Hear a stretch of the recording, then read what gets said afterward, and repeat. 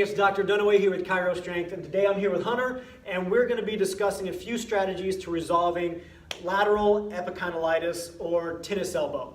So from a standpoint of the structure of this video, we're going to go through some soft tissue work first with some mobility floss. We're going to go through some loading of the tissue with this flex bar, and then we're going to integrate the new mobility and the new desensitized tissue into some proper mechanics with pressing as well as pulling using some bands and a barbell right here. So that's going to be the structure of this video. So let's get into it. So with the soft tissue release, we're going to use this mobility floss by AccuMobility, and essentially what we're doing is as we take some pressure and kind of compress this elbow, Hunter, do some pronation, supination.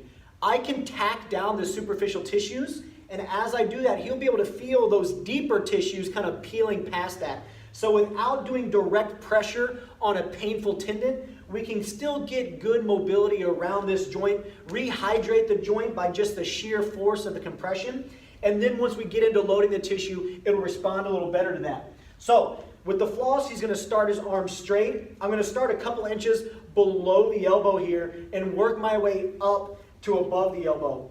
The compression is going to be about 50% of what you can actually stretch the band to, at least at first. And then as you do a second pass, you can begin to increase that pressure a little bit. So I'm coming right above the elbow, and now as I finish up the floss, I'm going to go a little extra right on top of those attachment points to really tack down that area so we get good mobility around that. So if you go too hard, you'll start to get a little numbness around the hands and everything like that. We want to make sure we don't have this on too long if he's not getting blood flow to the hands. But for about 30 to 60 seconds, this shouldn't be an issue. So now that we have this on here, we're going to take it through full range of flexion. It can be a little uncomfortable. And then as he extends, we're going to take that thumb down and really work on pronating that and really getting a stretch on these common extensors right here. And that's all we're going to do.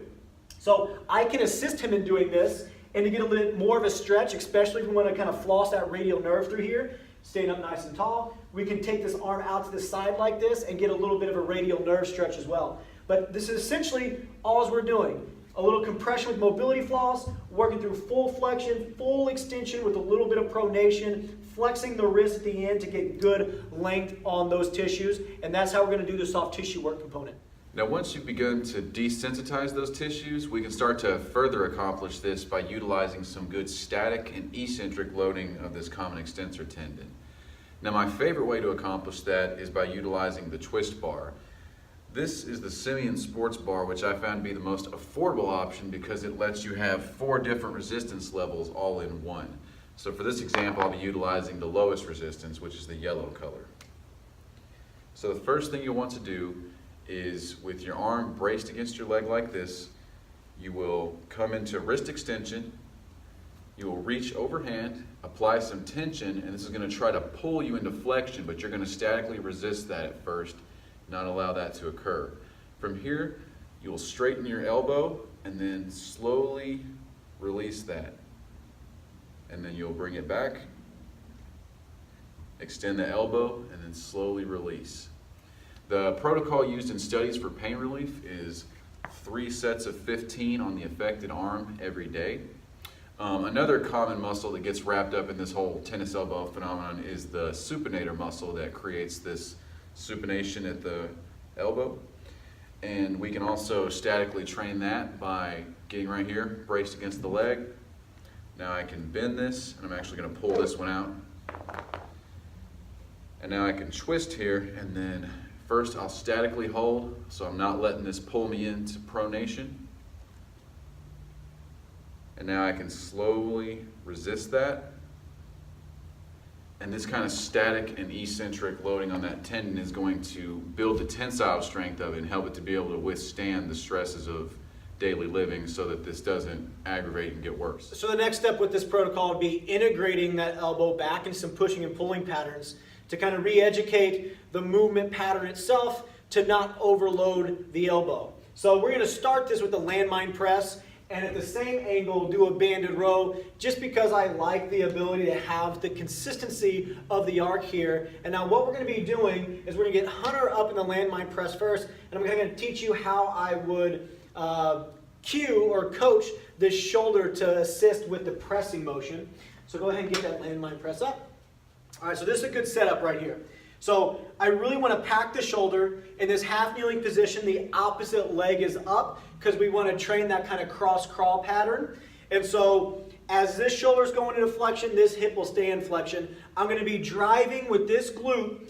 And now as you begin to press up, go ahead. I really want you to think about driving with this shoulder blade up, finishing all the way out. And now as you come back, I want you to think about allowing that elbow or that shoulder blade to pull this shoulder back.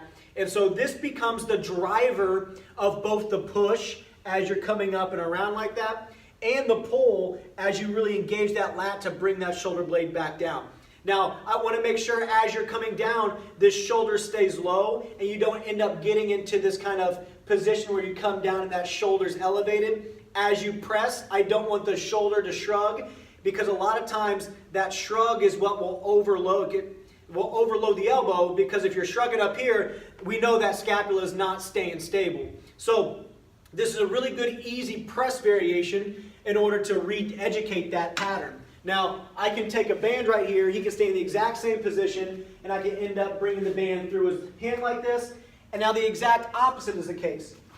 As you row, he's going to start palm down, he's really going to corkscrew that shoulder back, and as he starts to pull, he's going to allow that palm to turn over and really row low, really focusing on getting all of this back here nice and engaged. Really pulling with the scapular retractors and the lat to keep the shoulder down and back, so we don't get into a position again where that shoulder tilts forward and is elevated. So these are real simple mechanics to start with. You can also work to a horizontal push-pull. We can end up working up to a vertical pull if the pull-ups or something like that were an irritating factor. But this is going to be, again, a great way to integrate the first two components of this video into a good complex movement. Awesome. So if you all have any questions about that protocol, you can leave a comment below. You can always reach us on our website at www.chirostrength.com. Follow us on the other social medias at Instagram and Facebook, both at Chiro Strength. And like we always say, don't just mend,